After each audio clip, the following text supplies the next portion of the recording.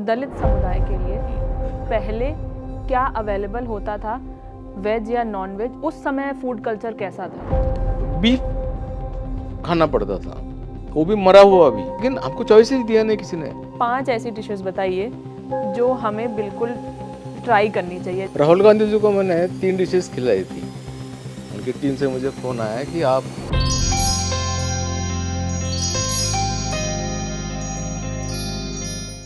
नमस्ते, मेरा नाम है शिवानी और आप देख रहे हैं किताब वाला का एक नया एपिसोड। इस एपिसोड में हम बात करेंगे एक समुदाय विशेष के बारे में, उनसे जुड़े खाने के बारे में, उनके फूड और कल्चर के बारे में। आज हम इस एपिसोड में बात करेंगे दलित किचन्स ऑफ मराठवाड़ा की, जिसे सबसे पहले 2015 में पब्लिश किया गया, फिर 2024 में इसे रिलीज़ किया गया अंग्रेज़ी अनुवाद के साथ।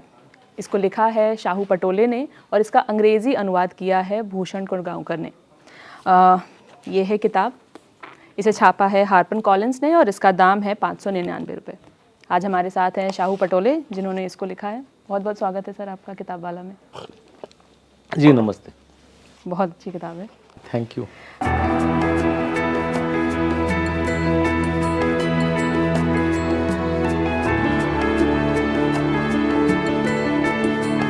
मैं सबसे पहले ये सवाल करूँगी आपसे, दलित किचन्स ऑफ मराठवाड़ा, मराठवाड़ा का मतलब समझाइए हमारे दर्शकों को जिन्हें नहीं पता है। एक्चुअली ये जो बुक है मराठी में, उसका ना शीर्षक है अन्न है अपूर्ण ब्रह्म। तो जो मैंने नाम लिखा है पहला था इंग्लिश में, उन्होंने वही कहा था, तो मैंने कहा कि नहीं, कंट्रोवर्सी हो जाएगी, क्योंकि इस किताब में जो दूसरी बाजू है, क्योंकि बीफ और बफ, अभी तो बीफ पे बैन है, लेकिन इस फूड एब्सेंट कोंकण में, ये फूड नहीं है कोंकण के दलितों में। एक तो कोंकण में मांग कास्ट है ही नहीं है उस वक्त की, इसलिए मुझे बुक का नाम ये रखना पड़ा कि दलित किचन मराठवाड़ा, क्योंकि कंट्रोवर्सी ना हो जाए। क्योंकि 1956 के बाद में जब बाबा साहब ने बौद्ध धर्म का कन्वर्जन किया या उसका बुद्ध उसको अवलंब किया इसका नागपुर में, तो उसके बाद में कई लोगों ने खाना छोड़ दिया है बाबा साहब को प्रभाव में आकर। ये अच्छी बात की है, मतलब उनका प्रभाव और ये, लेकिन फिर भी वो कुछ रीज़न है वहाँ पे ये आज भी टिका हुआ है। पढ़े लोगों में नहीं टिका हुआ है, लेकिन जो क्या कहते हैं उसको, लोअर का इकोनॉमिकली लोअर है, गांव में रहते हैं, उनमें ये टिका हुआ है। सेकंड थिंग, ये बुक सिर्फ मराठवाड़ा पे नहीं है, खानदेश भी है, उत्तर महाराष्ट्र जिसे कहते हैं, यहाँ भी ये फूड टिका हुआ है। सम पार्ट ऑफ उत्तर पश्चिम महाराष्ट्र भी है, विदर्भ और ये सब। हाँ, विदर्भ का सम पार्ट ऑफ विदर्भ, उसके बाद तेलंगाना, अब उत्तर कर्नाटका एंड आंध्रा, ये सब जगह ये फूड चल रहा है। हाँ, मैंने देखा, क्योंकि बुक में ये मेंशन है कि जो भारत का दक्षिणी भाग है वहाँ पे भी फूड कल्चर कैसा है वो आपने बताया है इसमें। उत्तर महाराष्ट्र में भी है, उसमें खानदेश जिसको कहते हैं वहाँ पे भी है, पश्चिम महाराष्ट्र में भी है।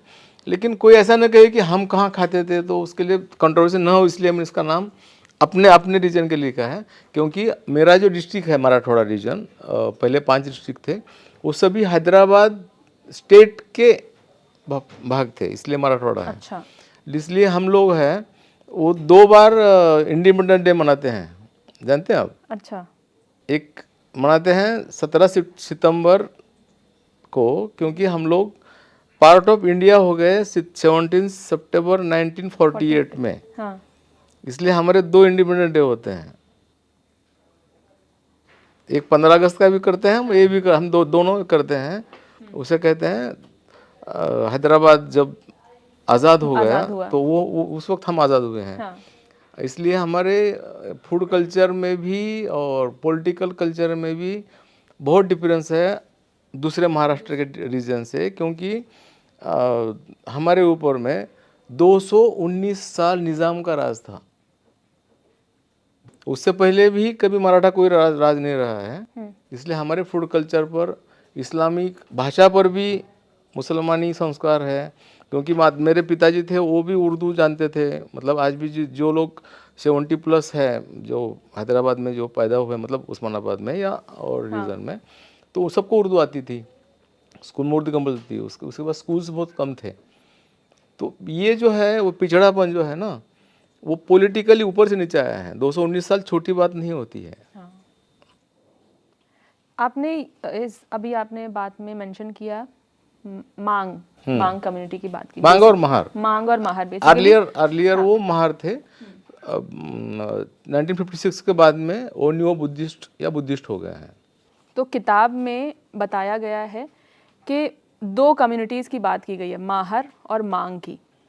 उनका फूड कल्चर कैसा है, कैसे वो रहते थे। दलित समुदाय में भी सब कास्ट जो हैं, माहर और मांग, दोनों के बीच में कितना डिफरेंस है, आप बताइए सर। नहीं, मूल रूप से मराठवाड़ा के दलितों में 4 बेसिक कास्ट हैं जो दलित हैं, अस्पृश्य हैं। महार, मांग, ढोर, चांबार। मांग सबसे नीचे है उसमें, उसके ऊपर थोड़ा महार है, फिर ढोर है, फिर चमार है। ढोर means I think north India में उसको मोची कहते होंगे, या चमड़े का जो काम करते हैं। उसमें मजे की बात यह है कि मांग को महार अस्पृश्य मानता था, मांग और महार को ढोर और चमार अस्पृश्य मानता था, और चारों को अस्पृश्य सब गांव मानता था। मतलब यहाँ हायरार्की है कि मांग नीचे है, फिर महार है, फिर ढोर है, फिर चमार है। ओके, तो यहाँ मांग को अनटचेबल्स मानता था महार, इन दोनों को ढोर और चमार मानते थे अनटचेबल्स, और पूरा गांव इनको अनटचेबल्स मानता था। मतलब ये गांव का सिस्टम था पहली बार। तो ये हायरार्की में सभी ये नीचे हैं। ये मेन 4 कास्ट है। उसमें पॉपुलेशन में आज भी अभी न्यू बुद्धिस्ट या बुद्धिस्ट थोड़े ज़्यादा हैं, उसके बाद फिर मांग कम्युनिटी है, बाद में फिर ढोर बहुत कम है और चमार भी है। ये चार जो कास्ट है, ये बेसिकली महाराष्ट्र का, मतलब मेरे रीजन का अस्पृश्य लोग हैं, दलित जिसे कहते हैं। आपका जो गांव है उसे खामगांव नाम है आपका, तो वहाँ क्या अभी भी अनटचेबिलिटीज़ है कम्युनिटीज़ में? अभी तो नहीं है, फिजिकली नहीं है, लेकिन दिलों में है, मनों में भी है, क्योंकि वो कास्टिज्म नहीं गया है। कास्टिज्म गया होता तो फिर आजकल मेरे फ्रेंड्स भी कहते हैं जो अपर कास्ट है, जैसे देखिए मेरे गांव में ब्राह्मण का एक भी घर नहीं है।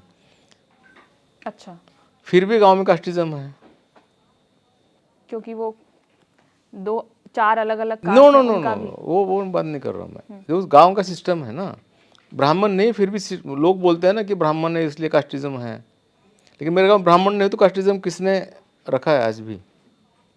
मेरे फ्रेंड कहते आए मंदिर में, बोले कि अभी हमको ज़रूरत नहीं मंदिरों की। जब लगता था कि मंदिर में किसी ने आने के लिए बोल दिया तो जाएंगे, लेकिन आज हमें लगता है कि हम भगवान ही नहीं तो हम क्यों जाएंगे मंदिरों में, ना तो नहीं जाते हैं। अब लोग बोलते हैं कि आप आओ मंदिर में, लेकिन हमें नहीं जाना है, अभी ज़रूरत नहीं लगती है ना।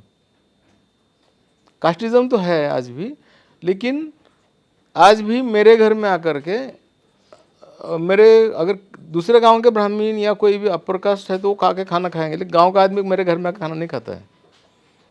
अभी भी ये होता है? नहीं, अभी भी होता है। हाँ, उनके घर में मैं जाके खा सकता हूँ, आजकल इतना तो लिबर्टी आ गई है कि मैं उनके घर में जाके खाना खा सकता हूँ वगैरह, लेकिन मैं ही नहीं जाता हूँ, वो बात दूसरी है। अभी लोग पढ़े लिखे हैं थोड़ा सा, लेकिन लेडीज़ में बहुत ज़्यादा कास्टिज्म है आज भी। लेडीज़ में? हाँ, महिलाओं में ज़्यादा कास्टिज्म है आज भी। अच्छा। और महिलाएं ज़्यादा धार्मिक बनती जा रही हैं। किताब में लिखा है कि खाने को धर्म से जोड़ दिया गया है। जी। आप क्या खाते हैं इससे आपकी सोशल हायरार्की तय होती है, क्या सोचते हैं इस पर? नहीं, आज तो ज़्यादा बढ़ती जा रही है ना हायरार्की, सोशल हायरार्की। मतलब आप क्या खाते हैं वो तो आप सरकार तय कर रहे हैं ना। आप क्या खाएंगे, क्या खाते हैं नहीं, आप खाएंगे क्या, सरकार तय करे। आगे जाके ऐसा ना हो कि गांव के लिए एक कोई तंदूर लगा दिया जाए और सब लोग वहाँ के खाना खाएं। मतलब सरकारी गवर्नमेंट ने अगर आगे चल के भविष्य में गांव के लिए एक ही किचन बना दिया तो उसका अचरज नहीं होना चाहिए। सब लोग यही खानेंगे जो गवर्नमेंट तय कर रही है। तो आप ये कह रहे हैं कि क्या इम्पोज्ड है?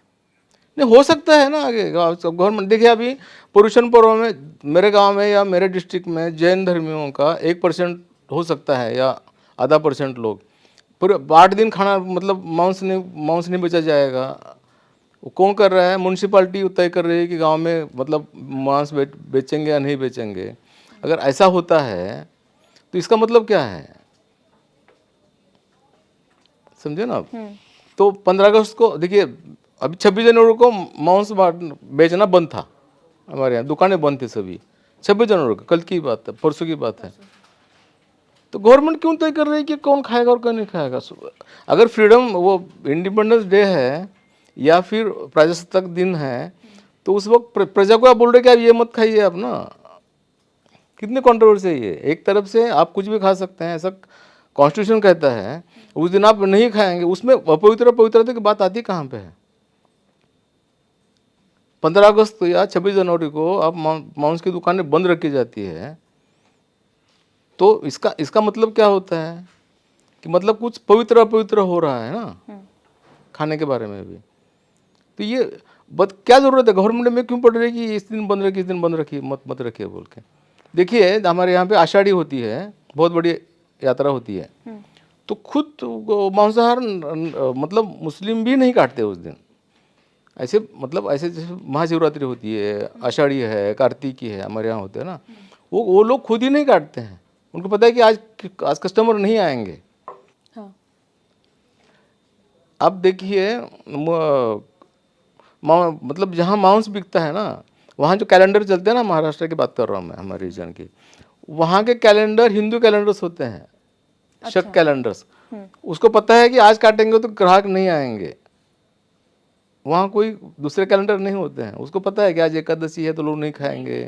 हाँ, तो वो काटेगा नहीं उस दिन ना। तो गवर्नमेंट क्यों बता रही है कि आप काटो मत बोल? जिसको खाना है तो खाएगा। हमारे वाटा एक प्रकार होता है, समझो कि ठीक है दुकानें बंद है, एक बकरा लेते हैं 10-10 लोग और उसको काट के उसका वो समझो कि 20 लोगों ने पैसे दिया तो 20 उसका ये बनेगा। हाँ, पोर्शन निकलेंगे। पोर्शन नहीं, 20 ऐसे बनाएंगे। अच्छा। तो वो लेके जाए तो उसके लिए तो गवर्नमेंट बैन नहीं करेगी ना। कानून से काटना कहाँ बंद, मांस बेचना बंद है, कि काटने के लिए कहाँ अभी तो बंदी नहीं है, तो अच्छी बात है ना।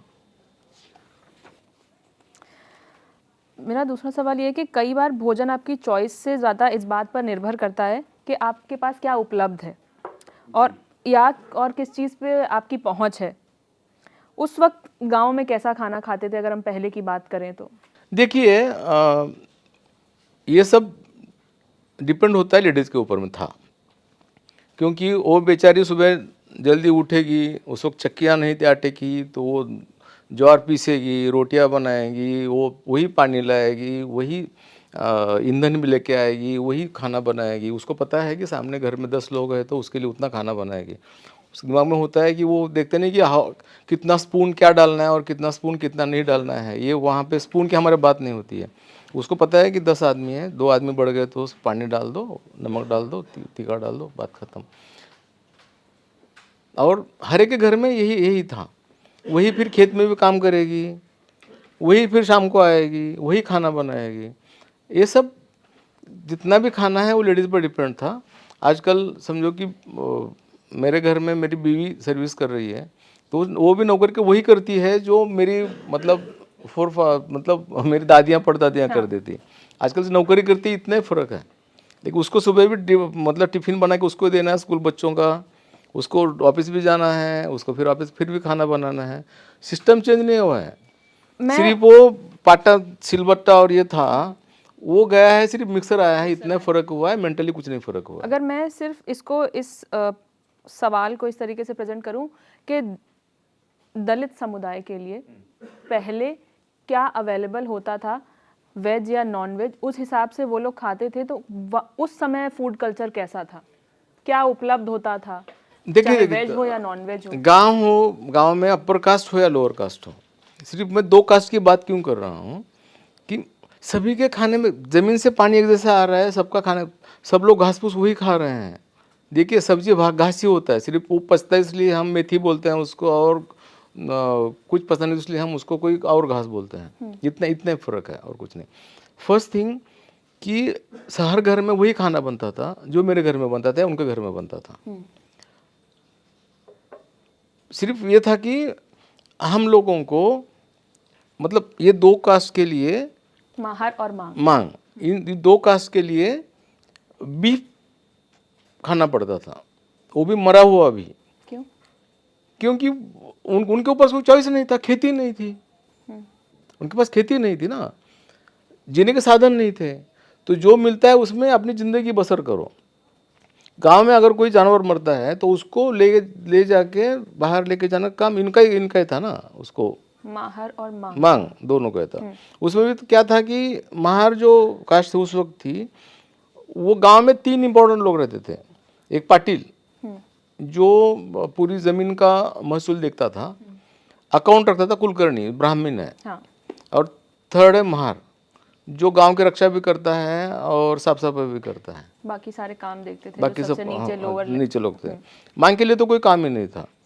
तो अगर जिस गांव में महार नहीं है, उस गांव में मांग को महार का काम करना पड़ता था। तो वो जानवर ढो के, मरा हुआ जानवर लेके जाना है, अगर वो खाने लायक है तो उसको खाओ, पूरा एक साथ नहीं खाया जाता था, उसको काट के उसका मांस जो है, असला वाला मांस, उसको सुखा के रखते थे, उसको चान्या बोलते हैं। उसको क्या बोलते हैं? चान्या। अच्छा। CHANY, चान्या, या सिंगल है तो चानी। तो वो ड्राई करके रखते थे, वो ड्राई मीट रखते थे, और उसको बारिश के दिनों में वो खाते थे। रोज तो नहीं मिलता था ना वो, तो इसलिए ये 2 कास्ट है जो सबसे नीचे रखी गई। तो मतलब उसको अगर सूखा ऐसे करके रखते थे ताकि बाद में खा सके, बाद में खा सके, करके रख जी सके। जी जी जी, लंबे समय तक चले। हाँ जी। तो खाने में कोई किसी का फर्क नहीं था, ये सिर्फ ये 2 कास्ट में ये खाना था, इसलिए वो और भी नीचे नीचे दबे रहे खुद भी। आज भी हमारे लोग खुद को बहुत ऐसा मानते हैं कि हम कुछ पाप करते थे। उन्होंने फिर रोका था कि आपने पिछले जन्म में कोई पाप किया है, इसलिए आपको ये खाना पड़ रहा है। आज भी लोगों के दिमाग में यह है। कौन बोलता था ऐसा? अपने आप लोग बोलते थे ना कि आप ये पिछले जन्म का कर्म किया हुआ है ना, पिछले जन्म में आपने कोई पाप किया, इसलिए आपको इस जाति में आपका जन्म हुआ है। आज भी लोगों में यही है। भले ही हमारे कास्ट के लोग अभी कुंभ में जा रहे होंगे, वो नहा के आएंगे, पाप किया हो धो के आएंगे, फिर भी अकाउंट में पाप उनका वैसे के वैसा है, वो डिपॉजिट खत्म नहीं होता है पाप का। जस्ट बिकॉज कि उनके साथ इतनी एट्रोसिटीज हुई हैं जो वो झेल रहे हैं, उसी बेसिस पे वो ये कह रहे हैं कि नहीं, हमने पाप किया होगा तभी हम इस समुदाय विशेष में पैदा हुए हैं, और हमारे साथ ऐसा बर्ताव हुआ। और इसमें पढ़े लिखे लोग ज़्यादा बहुत आगे चले गए हैं अभी। वो हमें बोलता वो हम नहीं खाते हैं वैसा वाला, लेकिन आप खाओ नहीं खाओ, आपकी कास्ट आपसे छूटेगी नहीं, कितना भी ना हो आप, वो कास्ट आपकी जाने वाली नहीं है। आपको चिपकी हुई है, मरने तक वैसी चिपकी रहेगी, मरने के बाद भी वैसी रहेगी वो, कि ये मांग का आदमी था, 100 पटोले जो है वो मांग था, तो मांगी है।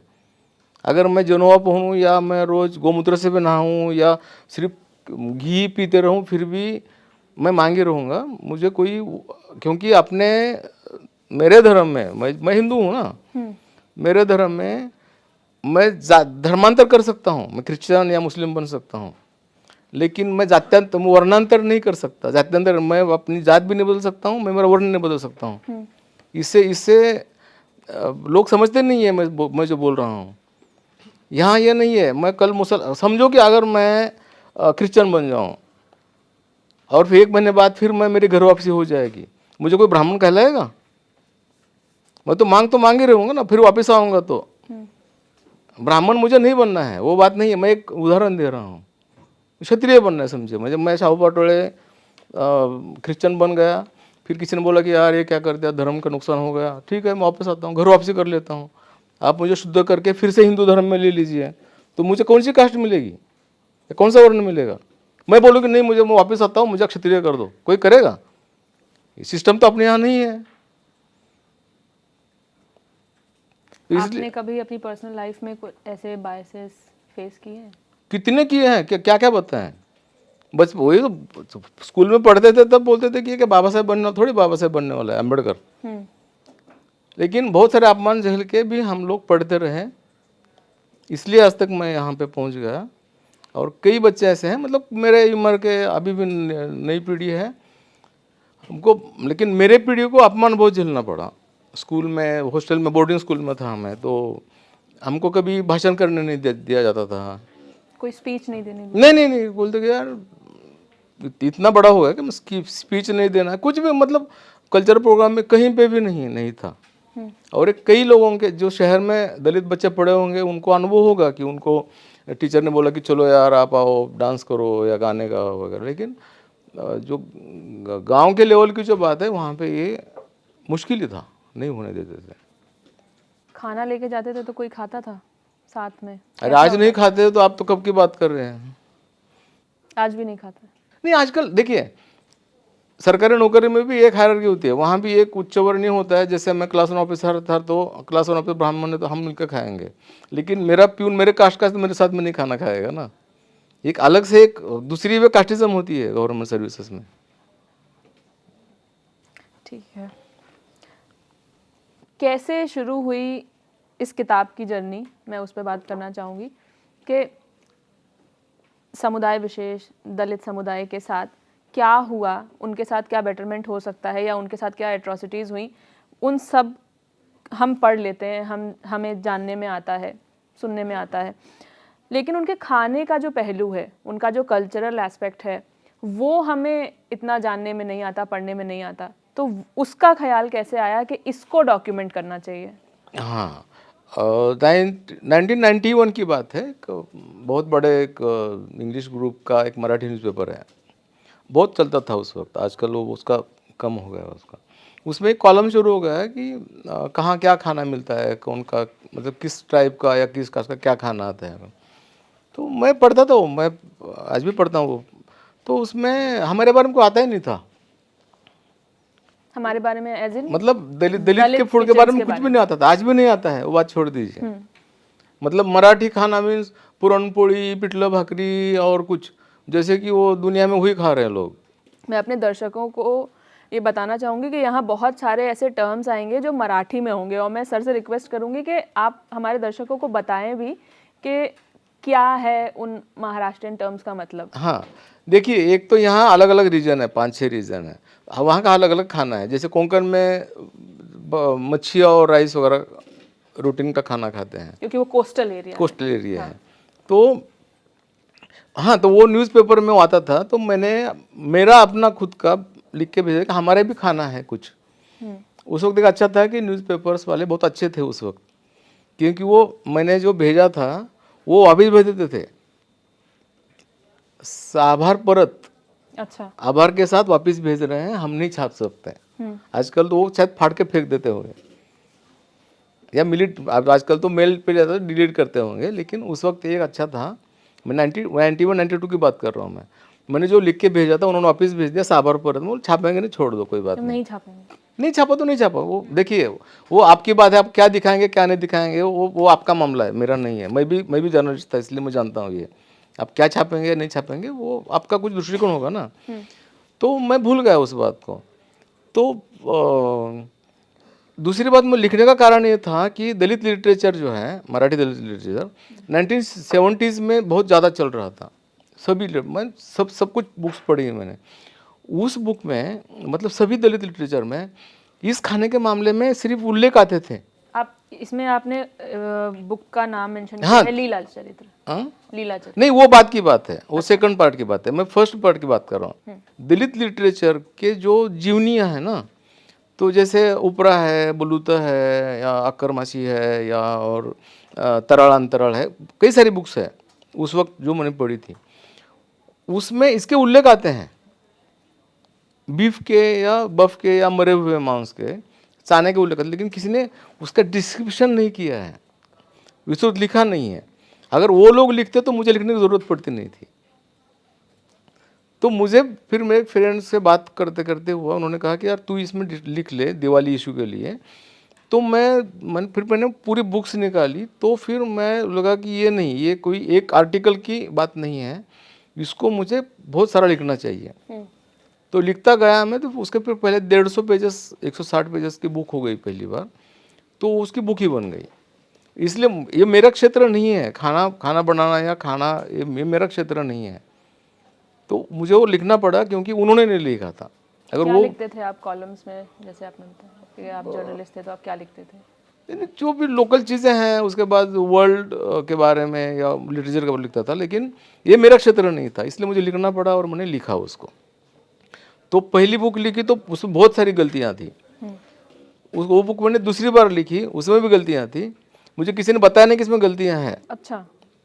फिर बुक मैंने तीसरी बार लिखी, पूरी बुक, और फिर वो जाके फिर इंग्लिश में ये आ गया है अभी जो है। तो अगर उन्होंने लिखा होता तो मुझे लिखना नहीं पड़ता। तो आजकल मैं बोलता हूँ कि बोलते हैं कि आप उस पर कुछ लिखो, मैं बोलता हूँ कि मेरा लिख के हो गया है, अब मैं को उसमें का कोई एक्सपर्ट नहीं हूँ, मैं लिखूँगा नहीं। मुझे लिखना था, वो लिख के मेरा हो गया है, अभी मुझे कुछ नया लिखना है, इसलिए मैंने बंद कर दिया है उसके ऊपर बोलना और लिखना। अच्छा।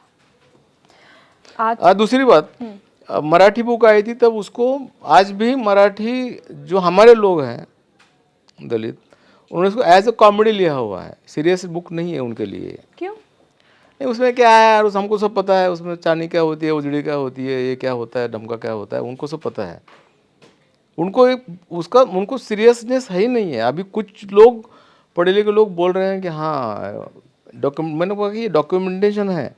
जैसे मेरे बच्चों को पता नहीं है कि मैं क्या खाता था, उसके मतलब मैं क्या खाता था मेरे बच्चों को पता नहीं है, अभी पता चल रहा है ये बुक में डॉक्यूमेंट होने के बाद। अच्छा। क्योंकि हम नहीं खाते हैं, ये जो एक दिमाग में बैठा होता है। मेरे बच्चों को पता नहीं तो बाकी को छोड़ दीजिए। तो मैंने ये डॉक्यूमेंटेशन किया है, वो आने वाली जनरेशन के लिए पता चले कि हमारे फोर फादर्स क्या खाते थे और कहाँ से खाना आता था, इसलिए मैंने लिखा है। मेरे बच्चों को पता तो बाकी बात लोग छोड़ दीजिए ना, बातें छोड़ दीजिए। और दूसरी बात है कि हम वो नहीं खाते हैं। जैसे नागालैंड में था मैं, तो वहाँ के न्यू जनरेशन में एक आया हुआ है 3 साल। किस समय की बात कर रहे हैं आप? वो एक ड्यूरेशन बताइए कि किस साल से किस साल तक थे आप नागालैंड में? 3 साल था मैं, 17 से 21 तक था मैं। अच्छा। तो वहाँ पे भी वही जनरेशन, और डॉग मीट हम नहीं खाता है। जैसे हमारे यहाँ पे हमारे लोग, जितने लोग पढ़े लिखे हैं ना, उतने बिगड़े हुए हैं। जितने पढ़े लिखे हैं उतने बिगड़े हुए हैं। हाँ, उनको बहुत जल्दी ब्राह्मण बनना है, मतलब उस स्तर पे जाना है, पैसा आया है तो।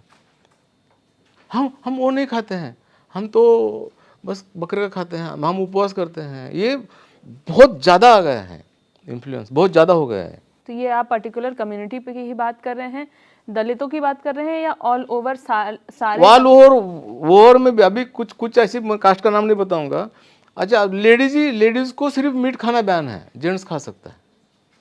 ये हमारे मतलब नॉर्थ इंडिया की भी अगर बात करें या ऑल ओवर इंडिया की ही बात कर लें कि बहुत सारी महिलाएं हैं घरों में, वो चिकन या मटन खाना या मांस का सेवन करना उन्हें अलाउड नहीं है। नहीं, बना के देती है, कुछ तो बना के देती हैं, लेकिन खाती नहीं हैं। घर के मर्द हैं, जो लड़के हैं, वो खा सकते हैं। ये चीज़ है एक इंडियन पर्सपेक्टिव में अगर इसकी बात करें तो। नहीं, ये लेकिन लादा गया है लेडीज़ पर भी, आप क्या खाओगे, आप क्या नहीं खाओगे। जैसे मेरी बुक है नागालैंड पर मराठी में, तो उसमें बहुत पुराना खोजा हुआ है मैंने उसमें भी, कि बंदर का मीट खाना नागा लेडी के लिए अलाउ नहीं था। अच्छा। क्योंकि वो जैसे खाना खाएंगे, जैसे हिंदू मैथोलॉजी में लिखा हुआ है कि आप जिस टाइप का खाना खाओगे वैसे आपकी उड़ती बनेगी ना। हाँ। अब बंदर खाएगा तो वो उसकी उड़ती वैसे बनेगी, शायद ऐसा कुछ होगा मैथोलॉजी में। मतलब हमारा तो एवोल्यूशन ही वैसे हुआ है। हाँ, बंदरों से। लेकिन ऐसा नहीं, क्योंकि वो फिर जैसे कि आप जिस टाइप का खाना खाओगे वैसे आप उड़ती बनेगी ना, आपकी पूरी चेतना है वैसे बनेगी। ऐसा जो अपने यहाँ कहा जाता है, सात्विक है तो आप सात्विक रहोगे, राजसिक है तो आप राजसिक खाओगे। हम तामसिक वाले हैं, है ना। तो वैसे, लेकिन हमको चॉइस ही दिया नहीं किसी ने, आपको क्या खाना है वो हमने तय नहीं किया है। फूड का चॉइस दिया है क्या? नहीं। अभी बच्चे खाते हैं, पिज़्ज़ा खाते हैं, बर्गर खाते हैं, मैगी खाते हैं, तो उनकी वृत्ति कैसे बनेगी? ये कुछ सोचता ही नहीं है। वृत्ति तो चेंज होनी चाहिए ना। पिज़्ज़ा खा रहा है तो पिज़्ज़ा तो इंडियन नहीं है, इटालियन है, पास्ता है, बर्गर है। मैगी तो बचपन से गांव में मैगी मिल रही है, छोटा पैकेट लेके खा लेते हैं, माँ का भी टाइम बच जाता है। बच्चे भी हिलाते हैं 5 मिनट में चूल्हे पर रख के तो खा लेते हैं, उनकी वृत्ति कैसे बनेगी ना, ये भी तो सोचना चाहिए ना, वृत्ति तो अब चेंज होनी चाहिए ना। आप वही पढ़ाई लाद रहे हो कि सात्विक खाओ, लेकिन बच्चा तो मैगी खा रहा है, तो उसका क्या करना है? सिर्फ मैगी का मसाला नॉनवेज नहीं है तो क्या वो सात्विक थोड़ी बनेगा? उसको भी जोड़ना चाहिए ना इंडियन फूड से, फूड कल्चर से। मतलब जैसे आपने बोला कि हाँ कि आजकल बच्चे मैगी खा रहे हैं, पिज़्ज़ा खा रहे हैं, हम लोग ऐसे दौर में हैं जहाँ पे सोशल मीडिया का बहुत ज़्यादा इन्वॉल्वमेंट है हमारी डेली लाइफ में। हम कुछ भी खाते हैं, हम तुरंत इंस्टाग्राम कर देते हैं, शेयर कर देते हैं सोशल मीडिया पे। तो और देखते हैं कि बहुत सारे वीडियोज़, रील्स इंस्टाग्राम पे खाने से भरे पड़े रहते हैं। तो क्या आपको लगता है कि इन सारे प्लेटफॉर्म्स ने एक समुदाय विशेष को, दलित कम्युनिटीज़ को अपना खाना बहुत सारे लोगों तक पहुंचाने का एक लिबर्टी दी है जो कि पहले नहीं थी? लोग इतना ओपनली नहीं बता पाते थे कि हाँ भाई हम ये खा रहे हैं। नहीं, बताने की क्रेज आ गई है, क्योंकि हम कुछ अलग कर रहे हैं। जैसे मेरा बेटा अभी एक किसी होटल में जाकर के, उसके फ्रेंड्स और वो आजकल वो कुछ बीफ तो नहीं मिलता है, बफ तो खा सकते हैं महाराष्ट्र में। एक बताइए, ये फ़र्क लोगों को पता नहीं है, सबको सब बीफ बोलते हैं। बीफ अलग होता है, बफ अलग होता है। बीफ है, बफ है, पोर्क है ना। तो बफ तो महाराष्ट्र में बैन नहीं है, भैंस वर्ग तो मांस खा सकते हैं। तो आजकल मेरा बेटा ये बुक आने के बाद में वो क्रेजी होके उसके फ्रेंड्स वगैरह हमने खा लिया वगैरह। या मेरे एक इंटरव्यू में हुआ था, कुछ बच्चे बैठे उन्होंने कहा कि ये रक्ति क्या होती है? रक्ति मीन्स ब्लड। अच्छा। तो ब्लड का भी डिश बनता है। अच्छा। हाँ, इसमें है। हाँ, आपने किताब में बताया है। तो वहाँ वो तो ब्लड के सामने लंदन में खाया था भाई, यहाँ नहीं खाया तूने ना, वहाँ खाया था ना। यहाँ तो हम परंपरा से खाते आए हैं ना रक्ति। बच्चे, वो लड़का मुझे बता रहा है कि नहीं अंकल आपको पता नहीं है, हमने वो लंदन में खाया हुआ है ब्लड केक, तू यहाँ खा के दिखा। उसके माँ बाप उसको नहीं खाने देंगे ना। ये जो क्या है कि आप एक देश विशेष के ऊपर जाते हैं, वहाँ तो आपको कोई प्रॉब्लम नहीं है। यहाँ आते तो आपके ऊपर लिमिटेशन अपने आप आ जाती है, आप खुद ही। तो मेरे बच्चे भी आजकल उनको पता चला कि ये खाते हैं, तो पहले उनको शर्म नहीं आई उनको भी इस बात की, लेकिन ये मैंने तुम्हारे लिए लिखा है कि बाद में तुम्हारे दादा परदादा क्या खाते थे ये पता चले, इसलिए लिखा हुआ है। तो आप जो रील की बात कर रही है ना, देख एक गुजराती फ्रेंड है मेरी, तो उसने मुझे बोला कि सर ज्वार की रोटी आप जो बनाते हैं वो वाली सही नहीं बनाते। मैं रोटियाँ बनाता हूँ, मुझे आती है, और ज्वार की रोटी बनाने के लिए पेशेंस चाहिए, ऐसे ही नहीं आते पेशेंस। वो ज्वार की रोटी बनने के लिए हर कोई नहीं बना सकता, बहुत धीरे धीरे। नहीं, वो बहुत अलग से, मतलब पेशेंस ही चाहिए उसके लिए। वो जो उसको डालना है ना, वो पेशेंस आने चाहिए, तभी आप बना सकते हैं कि वो टूटे नहीं। तो नहीं, वो तो मैंने यूट्यूब पर देखा कि वो तो ऐसा कुछ मैं बोला वो धपाटा बना रही है, वो ज्वार की रोटी नहीं है। धपाटा क्या होता है? एक उसको क्या बेसन क्या कहते हैं उसको, बहुत सारा उसमें मिक्स ग्रे डाल के उसको बनाते हैं, वो कपड़े पे डाल के उसको ऊपर ऐसे, वो ऐसे खा सकते हैं आप। अच्छा, अलग से डालने के रोटी ही होती है, उसको अलग अलग नहीं, तीखा उसमें सब कुछ होता है, लहसुन वगैरह सब डाल के बनाते हैं उसको धपटा। वो थाली पीठ अलग होता है, धपटा अलग होता है, उसमें दो चीज़ें हैं। तो मैंने बोला वो जार की रोटी नहीं है, वो धपाटा है आप जो बता रहे हो। तो आजकल क्या कुछ भी लोग डाल रहे हैं, मतलब यूट्यूब पर डालते हैं ना, कुछ लोग बोलते हैं आपने वो देखा क्या? मैं बोला यार गलत लिख रहे हैं, गलत बोल रहे हैं, मतलब जिसको जो सूझे वो लिख रहा है। तो लेकिन अच्छी बात है, लेकिन वो इन्वेंशन है, वो टिकने वाली बात नहीं है। अच्छा मुझे बात बताइए कि कितने मराठी लोगों ने, आप जरा वो सर्च करके देखिए, या बफ के बारे में डिशेस डालिए, एक भी नहीं है। शर्म आती है लोगों को। मैं क्या खाता हूँ ये अगर मुझे शर्म आती है तो इसके लिए मैं जिम्मेदार नहीं हूँ, कल्चर जिम्मेदार है, धर्म जिम्मेदार है। लोगों को शर्म क्यों आनी चाहिए? हाँ मैं चिकन खाता हूँ, मैं बकरा खाता हूँ, ये बताने के लोगों को बड़ा अच्छा लगता है। हाँ मैं बफ खाता हूँ, ये क्यों कोई नहीं बताता है जाहिर तौर पर, लेकिन मैं बताता हूँ। उसमें क्या फ़र्क है? मेरी सोशलिटी कम नहीं होगी ना आजकल, मुझे तो कोई फ़र्क नहीं पड़ता है, पहले भी नहीं फ़र्क पड़ता था। मेरे कोई दोस्त टूटे नहीं है, मैं बचपन से बोलता था, जब से मुझे मतलब क्या कहते हैं उसको, मतलब बोर्डिंग स्कूल में पढ़ा मैं, बोलता दूसरे लोग बोलते हम नहीं खाते हैं, मैं खाता हूँ। दोस्ती करनी, दोस्ती के लिए कोई क्या खाता हूँ इससे मतलब नहीं है ना। किसी को क्या खाना है वो उसकी पर्सनल चॉइस होनी हाँ, चाहिए। चॉइस न, और चॉइस भी है और अवेलेबिलिटी भी है, सिर्फ चॉइस नहीं है। लेकिन अपने यहाँ देखिए, मेरा दोस्त एक थोड़ा अपर कास्ट का है, मैं भी अपर कास्ट, मैं नीचे कास्ट का हूँ। दोनों घर में मेथी लेते हैं, समझो मेथी की सब्जी लाते हैं ना, तो मेरी मेथी वो नहीं खाएगा, उसकी मैं खाऊंगा। अपने यहाँ खाने की हायरार्की ऊपर से नीचे है, नीचे से ऊपर नहीं है। समझो मेरे गांव में अगर एक 5 कास्ट है, सबसे ऊपर में कास्ट है, उनकी किचन में क्या बना है ये आपको पता ये है, मुझे लेकिन पता है। आपकी किचन में क्या बना है ये उनको नहीं टेस्ट पता। पता नहीं, आज भी पता नहीं है। इसलिए अपने यहाँ कपड़ा हो, खाना हो, भाषा हो, वो ऊपर से नीचे आता है, नीचे से ऊपर नहीं जाता है, पर्कुलेट नहीं होता है नीचे से ऊपर। ये व्यवस्था है अपनी।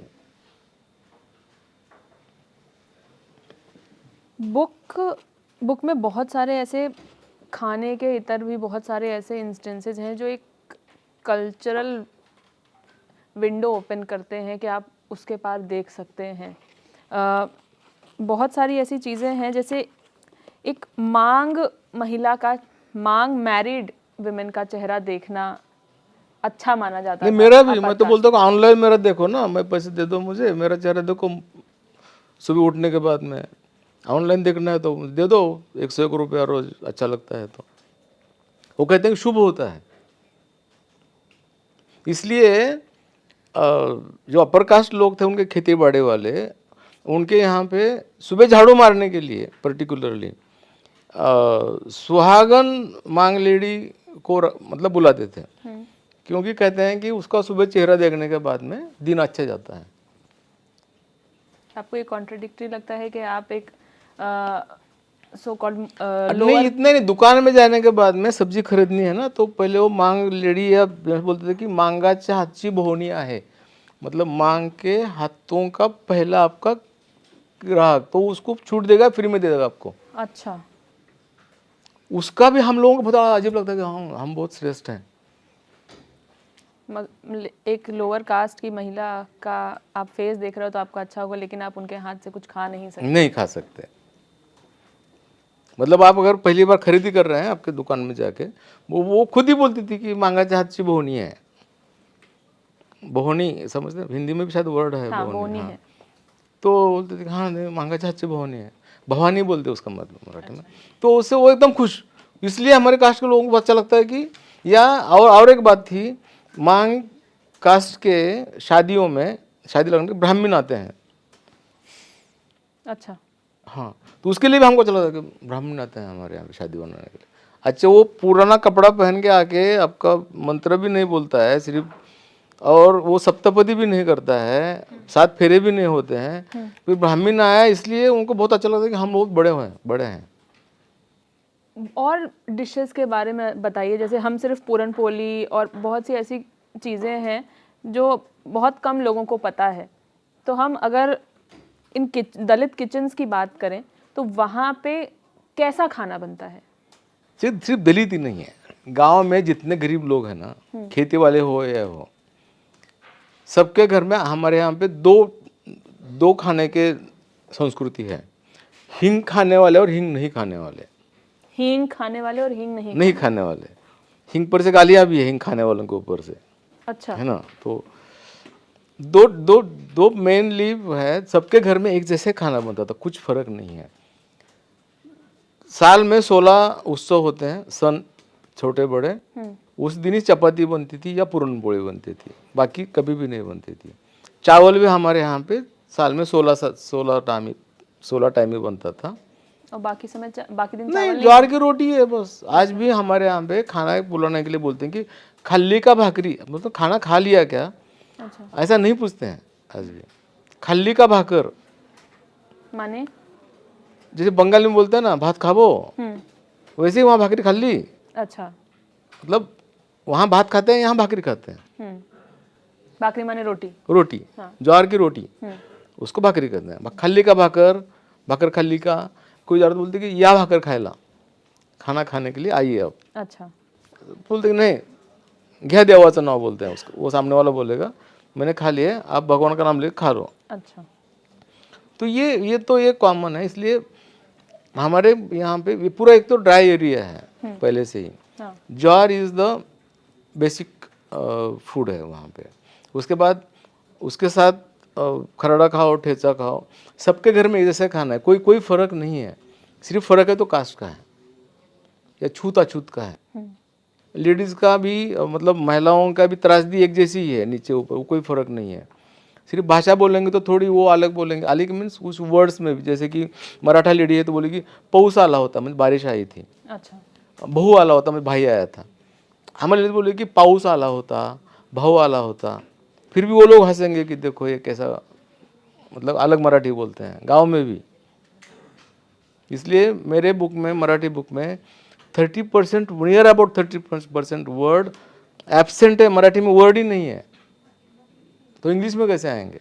इसलिए इतनी बड़ी बुक इसलिए बनी है कि वो पूरा भूषण को बहुत काम करना पड़ा उसके ऊपर में, उसका पूरा डिस्क्रिप्शन देना पड़ा कि इसको, जैसे मेरी जो भाषा है, मेरे गांव की भाषा, जैसे कि बुक पढ़ने वाले लोग हैं पुणे में या कहीं और बोलते हैं, तो उनसे मेरी भाषा समृद्ध है।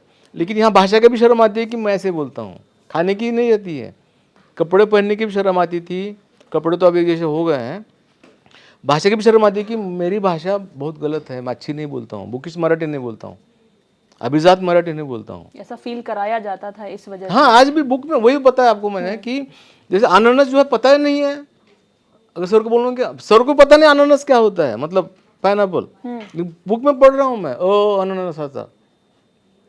कब पहली बार आप? अभी अभी अभी अभी भी चल रहा है ना, कमल का, कमल कमल पानी नहीं तो कमल आएगा कहाँ से, खिला हुआ कमल कहाँ से दिखेगा हमको। तो ये किस साल की बात आप बता रहे हैं? अभी की अभी भी चल रहा है वही, कहाँ चेंज हुआ है बुक में, जो बेसिक बुक्स है उसमें कहाँ चेंज हुआ है। अभी फनस दिख रहा है, मतलब कटहल जो अभी आ रहा है, फनसा सा इतना बड़ा फनस है, उसको काटे होते हैं, वो फिर बताएंगे कि फनस ऊपर से जो है ना वो कांटेदार होता है लेकिन अंदर बहुत मीठा होता है। हमने देखा ही नहीं उसको, तो फनस मीठा होता है अंदर से कैसे पता चलेगा। जब नारियल फोड़ने के बाद, जैसे कोंकण में, जैसे हमारे यहाँ पे मूंगफली का कूट के जो सिंगदाना जो है उसका क्रश करके, तेल नहीं होता था ना, बहुत कम होता था, तो वो सब्जी में ऐड करते हैं, तो कोंकण में नारियल ऐड करते हैं। वहाँ पता है कि नारियल ऊपर से ऐसा होता है, हमारे नारियल सिर्फ भगवान के लिए फोड़ने के लिए पता है हमको, खाने के लिए नहीं, वो भी प्रसाद बना के थोड़ा थोड़ा दे दिया, इससे ज़्यादा नहीं है। तो ये डिफरेंसेस रीजन वाइज अलग अलग है। इसलिए पुरणपोली, वो पुरणपोली भी अलग अलग होती है। अभी हमें जायफल पता ही नहीं है, जैसे पुणे अगर कोई ब्राह्मण कुटुंब में, अपर कास्ट में जायफल डालते हैं पुरणपोली में, पुरण में, हमें पता ही नहीं कि जायफल क्या होता है, पता ही नहीं था कितने सालों तक। श्रीखंड पता ही नहीं हम लोगों को, श्रीखंड पूरी मराठी होता है, तो पता ही नहीं हम लोगों को। पुरणपोली में भी दो डिफरेंस, वो भी पता नहीं है, मैंने लिखा है इसमें पुरणपोली में भी।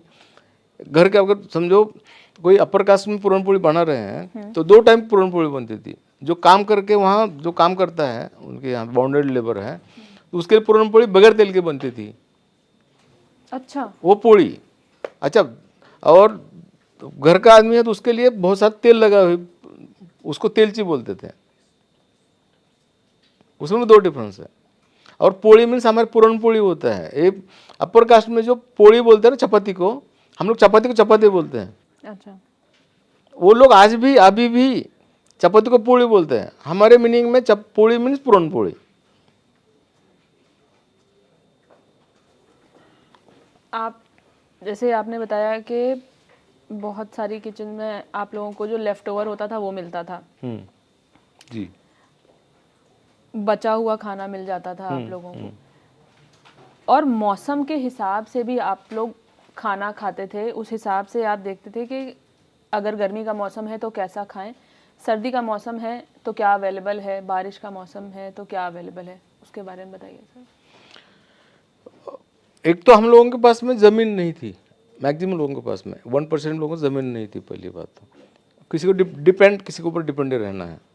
तो बारिश के दिनों में कुछ जो सब्जियां उगती है ना, वाइल्ड सब्जियां, तो उसको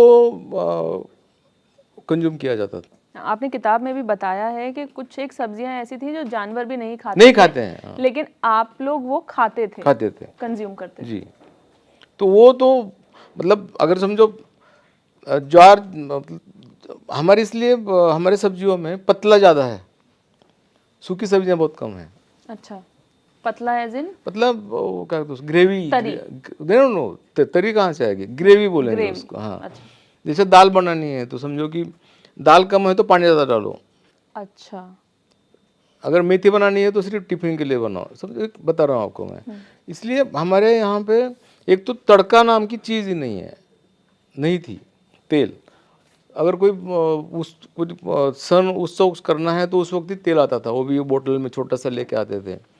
इवन बुक नंबर लिखना रहेगा, बाल को तेल लगाना है ना, तो खोपरे का तेल बहुत महंगा मिलता था या नहीं मिलता था, तो खोपरे का टुकड़ा लाके औरतें चबा के वो थूक लेके लगाती थी बच्चों के सर पे, खोपरे के तेल के बजाय।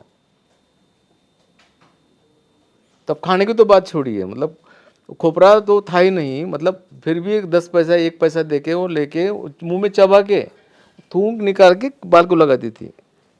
ये आप लोगों के समय की बात है या अभी आप की लोगों मैंने से देखी हुई बात मैं बता रहा हूँ, मैं पुरानी बात, ज़्यादा पुरानी बात नहीं। अभी मैं 63 का ही हूँ, इतना भी बूढ़ा नहीं हुआ हूँ, लेकिन अभी एक बात देखी हुई बात बता रहा हूँ मैं। या फिर जाओ और पैसे का कन्वर्जन नहीं होता था, 1 पैसा 2 पैसा ले लो, एक छोटी इतनी बोतल शीशी मिलती थी, दुकान में लेके जाओ उसको दे दो, या फिर अनाज लेके जाओ ऐसे यहाँ पकड़ के वो दे दो, वजन करता था दुकानदार, इसके 10 पैसे हो गए, इसका ये दे दो बस। बाटर। हाँ, बाटर था। ज़्यादा पुरानी बात नहीं, मैंने बुक में जो लिखा है मैंने वो सब देखा हुआ है। इसमें एक भी डिश ऐसी नहीं है कि जो मैंने खाई नहीं है, नहीं बना सकता हूँ। एक भी चीज़ ऐसी नहीं कि मैंने खाई नहीं और बनाई नहीं मैंने इसमें, मतलब इसलिए उस पर कोई संदर्भ नहीं छोड़े हैं आप, जो मतलब ढूंढे नहीं हैं, जो दिमाग में ही थे, मैंने जो देखा था वही लिखा है मैंने। और फिर दूसरा पार्ट में जो आप बता रहे बोल मतलब संत साहित्य है, वो मैंने हमको ढूंढा है कि मेरी कास्ट है कहाँ पे, वो ढूंढा है मैंने। अब सेकंड पार्ट में जो है संत साहित्य में हम कहाँ पे हैं, वहाँ पे हम नीचे ही हैं, हर जगह हम नीचे ही है ना। तो इसको बड़ा चढ़ा के बताने की ज़रूरत क्या है कि आप भी महान थे, हम भी महान हैं, ऐसा नहीं है। आज भी महान नहीं है, आज भी वहीं की वहीं है। इसमें बड़प्पन बताने की ज़रूरत नहीं है, ये सिर्फ लिखा इसलिए है मैंने कि मेरे आने वाली पीढ़ियों को पता चले, नेक्स्ट जनरेशन को, कि हम मेरे दादा परदादा क्या कहते थे। जैसे मेरे लिए बहुत रेवलेशन था इसमें, क्योंकि मैं नॉर्थ इंडिया से बिलोंग करती हूँ। वहाँ पे कैसा खाना खाया जाता है या किसी समुदाय विशेष के साथ कैसा बर्ताव किया जाता है, वो कैसे रहते हैं, ये तक तो एक सीमित रहता है हमारा नज़रिया देखने का। लेकिन जब हम किसी और स्टेट के बारे में जानते हैं, किसी और रीजन के बारे में जानते हैं, तो आपको पता चलता है कि कितना इसका इंटेंसिटी कितनी ज़्यादा है, अगर इनके साथ कैसा व्यवहार हो रहा है या ये कैसा खाते हैं, इनका फूड कल्चर कैसा है। तो ये एक बहुत इंसाइटफुल बुक लगी मुझे पर्सनली। मैं बताऊं कि आपको पता चलता है कि नहीं आप क्या खा रहे हैं, कैसा उनका जीवन है। इस बुक से आप मुझे 5 ऐसी डिशेस बताइए जो हमें बिल्कुल ट्राई करनी चाहिए, जो हम खाएं, जिससे हमें पता चले कि कैसा मतलब स्पेसिफिकली उस कम्युनिटी का कैसा स्वाद आएगा अगर हम वो खा रहे हैं। तो वो डिशेस, राहुल गांधी जी को मैंने 3 डिशेस खिलाई थी। राहुल गांधी जी को उन्होंने बीबीसी पे मेरा इंटरव्यू देख के, अच्छा, राहुल गांधी जी ने मुझे बुलाया था कोल्हापुर में। अच्छा। उनकी टीम से मुझे फ़ोन आया कि आप सर को कुछ ट्रेडिशनल फूड खाना है, तो मैंने 3 डिशेस बनाई थी। आपने चने के पेड़ झाड़ देखे होगा ना, छोटे, इतना छोटा छोटा, तब उसका वो ऊपर से बिहार में भी मिलता है वो। हाँ मैंने खाया है, चने का सब्जी। हाँ, चने वो का हम साग। सुखा के रखते हैं, वो उसको खाते हैं हम, अभी तो ताज़ा मिल रहा है। अच्छा। एक तो वो स्प्रिंग ओनियन जो होता है ना, मराठी में इनको क्या कहते हैं आप ये भी बताते जाइए। ठीक है, हरभऱ्याची भाजी। हाँ। सेकंड थिंग कांद्याची पात। कांदा मतलब प्याज। ओनियन, स्प्रिंग ओनियन जिसको स्प्रिंग कहते अनियन, हैं, हरा जी, प्याज। हरा प्याज, उसका जो पत्ता आता है ऊपर वाला वो, और दाल वांग। ये 3 डिशेस तो मेरी आज भी फेवरेट है, मैं घर में बना खाता हूँ। अच्छा। तो मतलब ट्रेडिशनली अगर दाल ज़्यादा है तो बैंगन कम डालो, बैंगन ज़्यादा है तो दाल कम डालो, है ना। तो दोनों को एक साथ में पकाओ। उसमें आप थोड़ा लहसुन की 2 पंखुड़ियाँ हैं तो उसको कूट के भी नहीं, ऐसे ही स्मैश करके डाल दीजिए। वो पकने के बाद में उसमें मूंगफली का कूट बोलते हैं हम उसको, हम मूंगफली क्रश हुआ किया हुआ, और हम उसको भून के कूट करते हैं उसका। अच्छा, कच्चे का नहीं करते हैं, वो ऐड करना है उसमें। और लाल मिर्च पाउडर थोड़ा सा, अब जितना आपको सहन होता है उतना है, तो कोरिएंडर नहीं तो नहीं, उसको आप ये कर दीजिए, वो क्या कहते हैं, जैसे दाल हम पकने के बाद में हम घरटने बोलते हैं उसको। अच्छा, हम लोग ऐसे अगर नॉर्मली नहीं हो तो घोटना बोलते हाँ, हैं। वही घोटना। हाँ, तो हो गया, अब सब्जी खत्म, उसको गर्म कर दो, तो ज्वारे का आटा डाल दो, सब्जी खत्म हो गई। अच्छा, दूसरी सब्जी जो है वो कांद्याची पात, वही स्प्रिंग अनियन, उसमें भी आप चने की या तुअर की दाल डाल दीजिए। सेम ऐसे ही करना है, उसमें तेल नहीं है, उसमें तड़का वड़का कुछ नहीं है। और चने की सब्जी जो है अगर सूखी हुई है, उसमें थोड़ा सा मूंगफली का ये क्रश, थोड़ा ज्वार का आटा, वही नमक, लाल मिर्च पाउडर, अगर है तो कोरिएंडर की ज़रूरत नहीं उसमें, पानी का उबाला नहीं तो उसमें डाल दो, हाँट दो उसको और रख दो 2 मिनट, सब्जी तैयार। मतलब ऐसा मैंने देखा है कि सिंगदाने का यूज़ बहुत जगह हुआ बहुत है, ज़्यादा बहुत ज़्यादा होता है उस रीजन में, हर एक मतलब कमोबेश ज़्यादा, मतलब लगभग हो ही जाता है हर एक चीज़ में। हाँ। मीट छोड़ के, हाँ, सिर्फ मीट में होता था, मेरी दादी करती थी, अभी वो बंद हो गया है।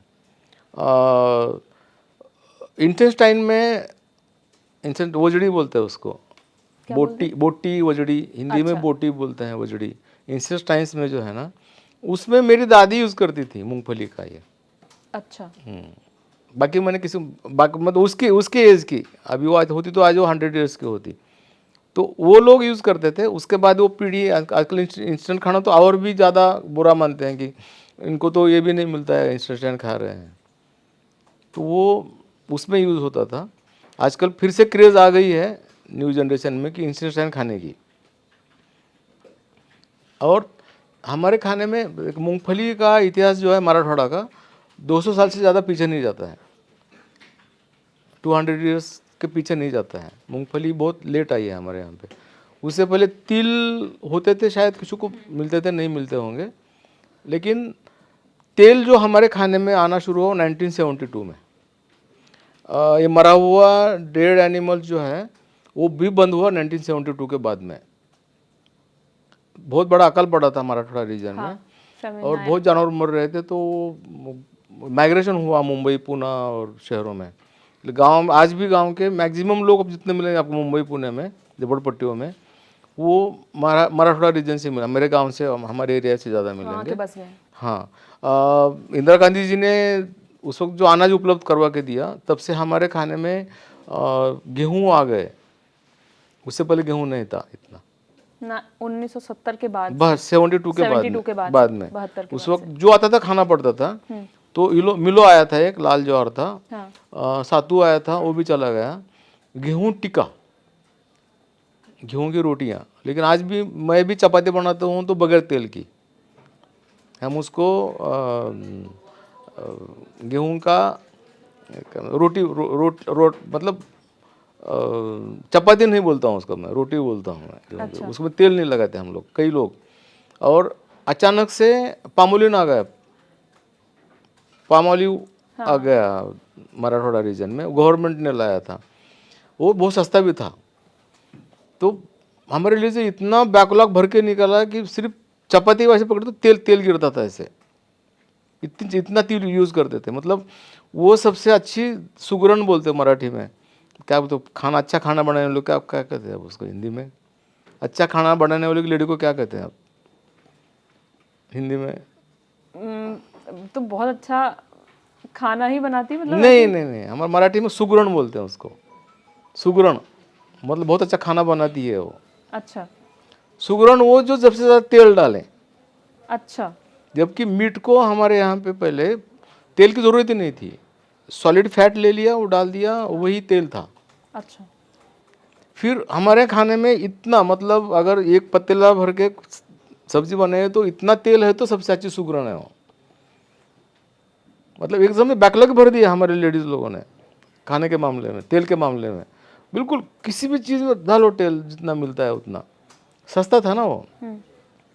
तो ट्रेंड पूरा चेंज हो गया। अभी हमारे यहाँ भी मेरे बच्चों ने मुझे बोला था स्कूल में, सर पापा हम गरीब है क्या? मतलब क्यों? नहीं, आई जो है ना वो ज्वार की रोटी देती है टिफिन में। गेहूं की नहीं? गेहूं की नहीं, बाकी सब गेहूं खाते हैं, हम हाँ लोग ज्वार खाते हैं। तो गरीब लोग खाते हैं क्या ज्वार की रोटी? पूरा ट्रेंड अभी गांव का ट्रेंड पूरा चेंज हो गया है। लोग होटल में खाने के लिए क्यों जाते थे? चपाती वगैरह खाने के लिए।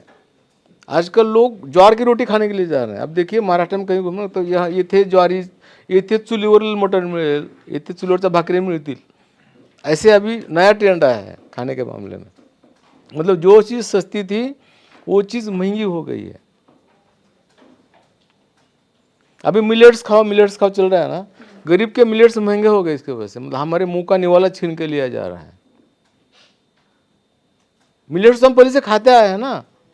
करडी का तेल सैफ्लावर जो है, हाँ। करडी बोलते हैं हम, सफेद वाला होता है। Sunflower oil? No no no no no, safflower. करडी होता है, सैफ्लावर। किसी ने लिख दिया 20 साल पहले कि वो करडी का तेल खाने से हार्ट के लिए अच्छा होता है। वो महंगा हो गया, दुगने दुगने दुगने तिगने, हमको मिलता ही नहीं है। मतलब जिसकी वो, जो लोग हम प्लेट में खाते थे वो महंगा हो गया है। जबकि देखिए देसी मुर्गी है ना, वो पहले बकरे से महंगी थी, बकरे के मीट से। अभी 20 साल पहले की बात है। पोल्ट्री फार्म आ गए और पोल्ट्री फार्म आने से अभी बकरे का मटन महंगा हो गया और मुर्गी सस्ती हो गई है। दूसरी बात कि हमारे ट्रेडिशन में कभी भी मुर्गी नहीं काटी जाती थी बुढ़ी होने तक, या बकरी नहीं काटी जाती थी, क्योंकि बलि दिया जाता है ना, वो बलि भी मेल का दिया, फीमेल का नहीं दिया जाता है। अच्छा। एनिमल या बर्ड्स है जो भी, उसकी जो बलि है वो मेल की दी जाती है, फीमेल की नहीं दी जाती है। ये भी डिफरेंस है उसमें। और हमारे मतलब मेरे कास्ट और मेरे जो इक्वल लेवल पे कास्ट है, वहाँ पे जो भी ट्रेडिशन होती है ना, पहले लेडीज खाना खा लेती है, जेंट्स नहीं खाते हैं। आपने बुक में भी एक सैक्रिफाइस रिचुअल के बारे में बताया है, करना। कारण वो उसके बारे में बताइए सर। सबसे बड़ा जोक या क्या कहूँ, क्या होता है, समझो कि साउ बॉटल, मैं नहीं करूँगा वो बात अलग है। हमारे भगवान भी अलग होते हैं। हमारे भगवान को मंदिर की ज़रूरत नहीं है। हमारे भगवान भी अलग होते हैं। देव है ना, वो भी अलग होते हैं। मसोबा है, मरिया है, लक्ष्मी है, जानई है, जोकई है, मानकेश्वर सटवई है, मानकेश्वर है, बस बहुत सारी देवताएं होती है दलितों की। हाँ, और उनको हस्बैंड भी नहीं होते हैं, उनको ज़रूरत नहीं हस्बैंड की। हमारे जो फीमेल देवताएं हैं ना, उनको हस्बैंड की ज़रूरत नहीं है, वो बिल्कुल सेपरेट होती है। उनसे बहुत डरते हैं लोग। उनका कोप होने से पहले उनको बलि देना पड़ता है। हाँ, आपने इसमें मेंशन किया है मारियाई। हाँ, मरियाई। हाँ। मरियाई जो साउथ के बाद मरियम्मा बन जाता है। मराक्का, मरियम्मा, लक्ष्मी आई। ये लक्ष्मी को कोई लेना देना नहीं है। हमारे भगवान को कोई मंदिर नहीं है, कोई ब्राह्मण नहीं है, कोई पुजारी नहीं है, उसको कोई मंदिर की ज़रूरत नहीं है। वहाँ कुत्ते भी बैठते हैं, वहाँ आदमी भी बैठते हैं। ऐसा वो हमारे भगवान बिल्कुल हम जैसे, वो क्या कहते हैं, खुले में रहते हैं भगवान। उसको आषाढ़ में उसको कारण जो है, उसको मेल बफेलो काटना पड़ता है, भैंसा। उसका एक रिचुअल होता था, बंद हो गया अभी। बंद हो गया मीन्स कुछ लोग करते हैं, लेकिन देखो अभी गवर्नमेंट बोलती है कि आप बफ खा सकते हैं। अगर ऐसे में शव पोटल एक बफ लेके आता है, बफेलो लेके आता है, मेल बफेलो, उसको काटता है तो गवर्नमेंट कुछ नहीं बोलेगी। मुझे भगवान के लिए काटा तो मुझे पुलिस का परमिशन लेना पड़ता है कि मुझे काटना है बोल के। आप लेते हैं? हाँ, परमिशन लेते हैं? नहीं देते हैं। क्रूरता है उसमें। अगर मैं ऐसे लाके काटूं तो कोई प्रॉब्लम नहीं है, लेकिन भगवान के लिए काटना है तो क्रूरता बन जाती है। ये मतलब अपने यहाँ पे ऐसे ऐसे चीज़ें हैं कि वो उसको हंसें या उसके ऊपर क्या क्या बोले, कुछ नहीं है, कुछ कर नहीं सकते हैं। वो कारण जो होता था, वो कारण जो है वो किसी बच्चों को पोतराज छोड़ना है, एक ट्रेडिशन था। किसी का बच्चा जिंदा नहीं रहता है ना, तो बोलते थे कि अगर लड़का हो गया तो हम वो मसोबा को छोड़ देंगे। अच्छा। वो बच्चे का 7-8 साल तक उसका बाल बढ़ते थे, फिर उसको एक रिचुअल होता था, वो शादी कर सकता था, ऐसा कुछ नहीं है, सिर्फ बाल रखना है उसको, और उसको एक तो उसका पट बिठाना है। पट मीन्स उसका एक विधि होता है, तो उसके लिए वो हेला बोलते हैं उसको, रेड़ा या भैंसा, अच्छा। उसको एक रिचुअल कट करना पड़ता था उसको। तो उसका वो एक कारण, उसका इसलिए वो कारण था वो। तो आजकल तो कोई करता नहीं है, कुछ लोग करते हैं लेकिन वो खाने के लिए करते हैं। उस बहाने से लोग जमा होते हैं, तो रिश्तेदार आते हैं, खाते हैं, इसलिए वो करते हैं। लोग शर्माते हैं। गांव में अभी भी ट्रेडिशंस फॉलो होते हैं? नहीं होते, नहीं होते, लेकिन आषाढ़ में सभी जाति के लोग आके हमारे यहाँ हमारे जो भगवान है उसको आते हैं, उसका कोप न हो, उसको कम से कम मुर्गा काटना ही पड़ता है। तो आषाढ़ महीने में वो करते हैं, लोग खाते हैं। हर गांव में आते हैं, हर गांव में अलग अलग ये देवता होते ही है। मरियाई, लक्ष्मी, मसोबा, ये कंपलसरी होता है। ये तीन देवता। हाँ, और वो हमारे ही बाड़े में रहते। बाड़ा मीन्स हमारे ही बस्ती में होते हैं वो, वहाँ आना ही पड़ता है उनको, और गाँव में से लोग आते हैं उसके लिए। कुछ किताब में से कुछ ऐसी स्वीट डिश बताइए, कम से कम 2 स्वीट डिश जो हमें ट्राई करनी ही चाहिए। पुरानी स्वीट डिश 2 ही थी, एक तो शिकरन था, वो भी कभी केला है तो और दूध है तो, कुछ नहीं, दूध में शक्कर डाल दीजिए और बनाना क्रश कर दीजिए, हो गया एक स्वीट डिश। शिकरन बोलते हैं उसको। अच्छा। दूध है तो दूध लीजिए, उसमें चीनी डाल दीजिए और बनाना क्रश कर दीजिए, हो गया स्वीट डिश एक। नंबर 2, अब पानी गर्म करवा लीजिए, थोड़ा गुड़ डाल दिए उसमें, और गेहूं का आटा ऐसे ऐसे पतला कर छोड़ दीजिए, आड़न हो गया, फिर 2 स्वीट डिश बन गई। ठीक है, अब इस एपिसोड को रैप करने का समय है, लेकिन जाने से पहले मैं सर से कुछ बुक्स के रिकमेंडेशंस चाहूँगी, जो मराठी बुक्स हैं, हमारे दर्शक पढ़ सकें। अच्छा, मराठी में एक है काळ्या निळ्या रेषा, बहुत अच्छी बुक आई है अभी, मैं खुद भी रोया हूँ बुक पढ़ के।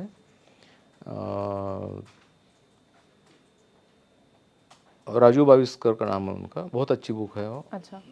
वो बुक जानी चाहिए लोगों तक, क्योंकि लोगों का क्या हाल था, मतलब एक आदमी कैसे चित्रकार बनता है, किस हाल से कहाँ जाता है, वो एक काळ्या नीळ्या रेषा है। उसके बाद एक मेरा फ्रेंड है बबरुआन रुद्र कंठावार, जिस नाम से लिखता है बुक्स, वो सटायर कैसे होना चाहिए, कहते हैं ना कि रीच जो होता है ना, रीच जानते हैं जानवर, हाँ। वो आदमी को पकड़ता है, लोग बोलते हैं गुदगुला कर रहा है, मतलब वो गुदगुदी कर रहा है, वो गुदगुदी नहीं, वो नाखून से वो मांस निचोड़ता है, ऐसी ऐसी बात होती है वो। तो वो ऐसे एक सटायरिक बुक है, बबरुआन रुद्र कंठावार। और मराठी में आजकल मैं इंग्लिश की तरफ भी ज़्यादा मुड़ा हूँ कुछ सालों से। तो हिंदी तो बहुत पढ़ता हूँ मैं, हिंदी में बताइए क्या एक तो रिकमेंडेशन। अभी नए में तो मुझे पता नहीं है, लेकिन पुरानी जो है वो नाचो बहुत गोपाल थी, या यह भी कोई देश है महाराज, हाँ, यादव जी की। मतलब मैं कुछ भी जो हाथ पढ़ता तो हूँ, सेलेक्टिव हो गया, अभी मैं कुछ भी नहीं पढ़ता हूँ। अच्छा।